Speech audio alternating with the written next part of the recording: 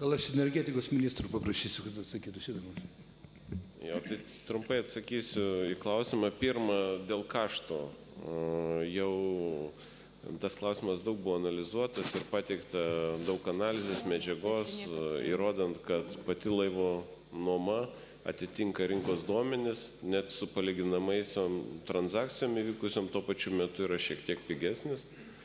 Kitas dalykas, kad dėl to, kad turime terminalą, mes turime alternatyvą ir kaip šie metai rodė, kad suskystintos dujos išstumia Gazpromo dujas, nes yra pigesnės, taip kad galiausiai visi vartotojai jaučia tą terminalo naudą mažėjančių dujų kainom, kurios jau 3 metai iš eilės mažėja. Tai tas klausimas, manau, yra jau kažkiek išsemtas.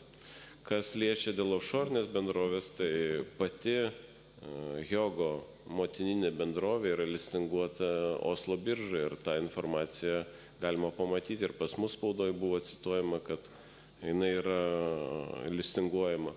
O kad jie kiekvienai bendroviai, kuri vykdo veiklą kiekvienam laivui, kiekvienam projektui, jie steigia atskirą įmonę, tai yra priimtina pasaulio verslo praktika ir tame nieko nėra blogo.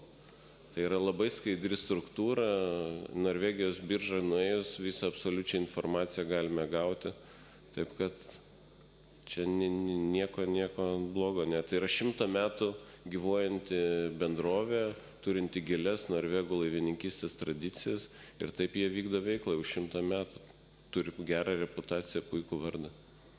Tai tiek.